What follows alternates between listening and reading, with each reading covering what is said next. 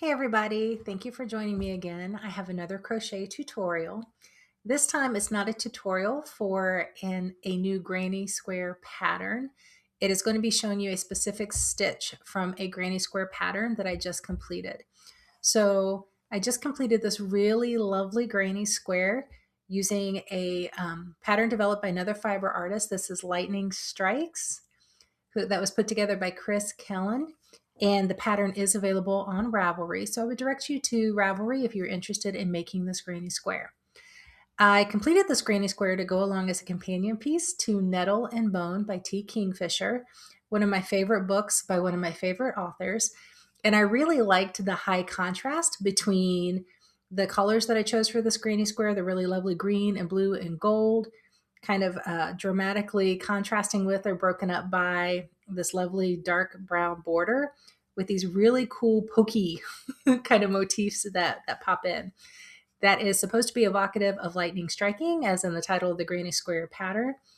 For me, it was really reminiscent of thorns from the owl cloth and nettle cloak that the main character in the novel wears.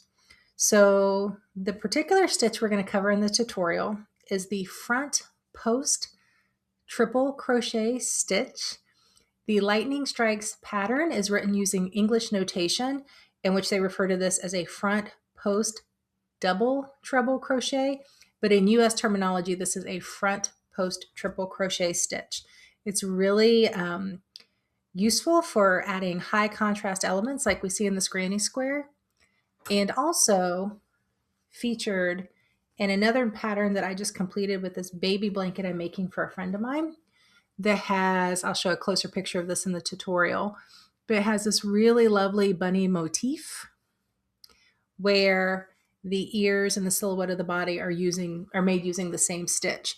So even though it is the same color throughout, it gives that contrasting texture that really makes the motif pop. So before we transition to the tutorial, don't forget to please like, comment, share, subscribe to keep seeing more videos from me and Chloe. So for the front post triple crochet, we're going to yarn over twice. So we have 3 loops of yarn on our hook. We're then going to pass the hook behind a double crochet 2 rows down, yarn over, pull through, then yarn over, pull 2 loops, yarn over, pull through 2 loops, yarn over, pull through the final 2 loops. I then attach that stitch to the stitch behind in yellow using a single crochet. You can also attach using a simple slip stitch that will hold the front post triple crochet more closely to the background fabric. I like to use the single crochet to attach because it gives a little bit more play in the yarn, as you can see here. It doesn't hold the texture too snug. However, slip stitch is an option, which I'll demonstrate on this row. As you watch me work through and add more front post triple crochets, you always want to work into a stitch 2 rows down. In this case, I'm going to work into one of the single stitches from the row prior to that yellow band.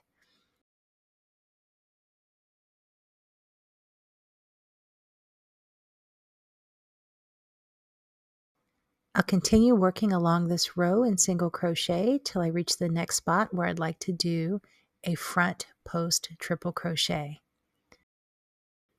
For this next one, I'm going to yarn over twice and then work behind the prior front post triple crochet in brown. And then once again, yarn over, pull through the first 2, yarn over, pull through the next 2, yarn over, pull through the final 2.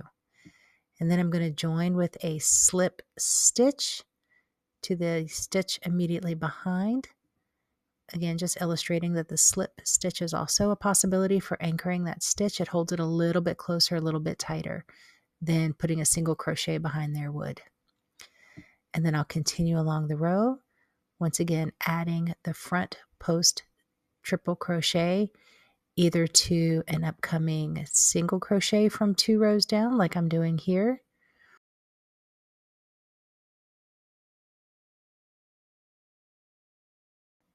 or I will work into the top of the prior front post triple crochet as I do for the upcoming one.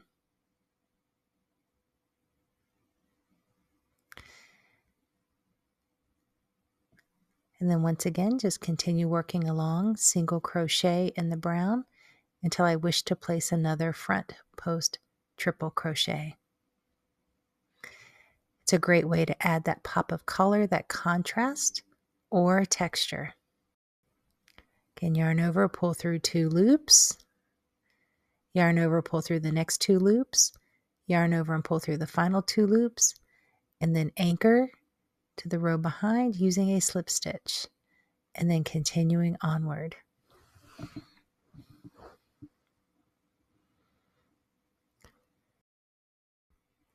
So this sample was crochet flat to simply illustrate the technique. You can see what it looks like with shorter reach downs into a single crochet versus longer reach downs into the top of the next front post treble crochet.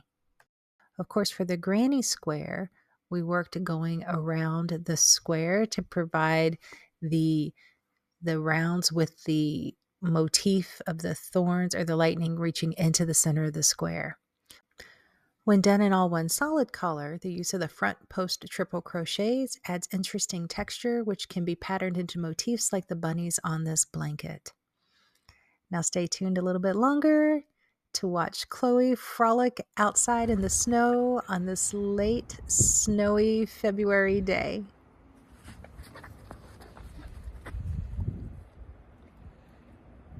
What are you doing, baby girl? Do you like the snow? Do you like the snow?